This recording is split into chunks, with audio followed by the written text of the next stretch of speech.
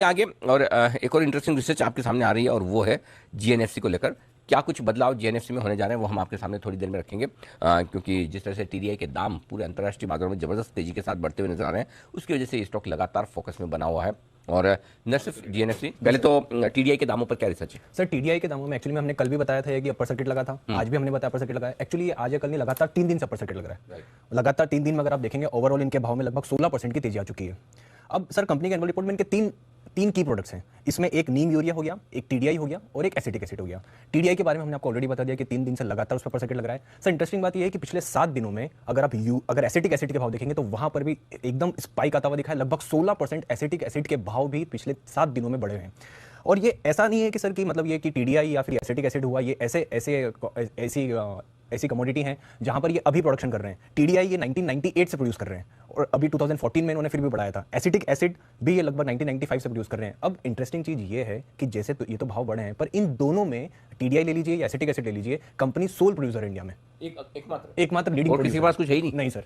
और वो भी 1998 से बना रहे हैं, एक 1995 से बना रहे हैं। मतलब इतने समय तक कोई और इनके लिए आया भी नहीं।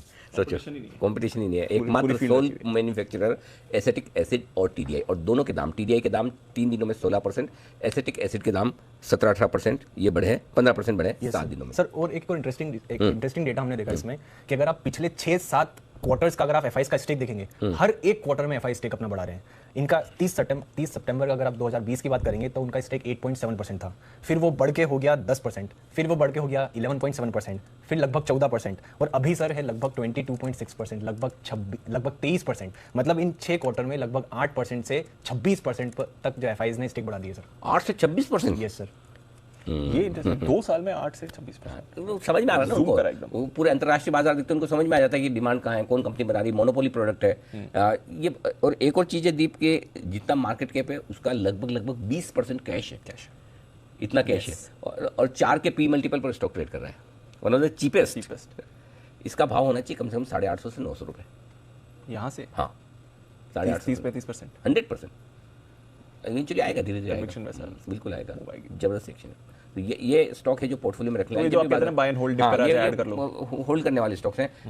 डिलीवरी लेकर आप शांति से रखें, जब भी मार्केट खराब हो इसमें एक्यूमुलेट करते हैं। इसलिए हमने एसआईपी के वक्त इस तरह के स्टॉक्स दिए भी थे। और एक और इसका जीएसएफसी का कनेक्शन भी बता दीजिए जी। ये सर जीएसएफसी की इसमें लगभग 20% इसमें होल्डिंग है ऑलरेडी, तो उसके कारण इसमें भी बैकलॉग में इनके लिए भी फायदा हो जाता है सर। बिल्कुल। तो जीएसएफसी को, जीएसएफसी के पास 20% हिस्सेदारी है इसकी। कल हम इसका जिक्र भी कर रहे थे। तो जीएसएफसी भी मजबूत है, जीएनएफसी भी मजबूत है। तो ये दोनों स्टॉक हैं जिन पर रडार में रखे रिसर्च के लिहाज से हमारी टीम की तरफ से। सबसे इंटरेस्टिंग पॉइंट ये लगा, सितंबर 2020 में 9.25% एफआई होल्डिंग थी, जून में 22.5 हो गई है, और अभी और अगर बढ़कर रही, हर क्वार्टर बढ़ी रही, तो आप सोचो 8% से 23%, 9% से 23%, गजब की एफआई होल्डिंग बढ़ी पिछले 2 सालों में। इससे आप अंदाजा लगा सकते हैं कि बड़े फंड्स किस तरह से इस स्टॉक को कर रहे हैं पसंद। ओके, धन्यवाद अरमान।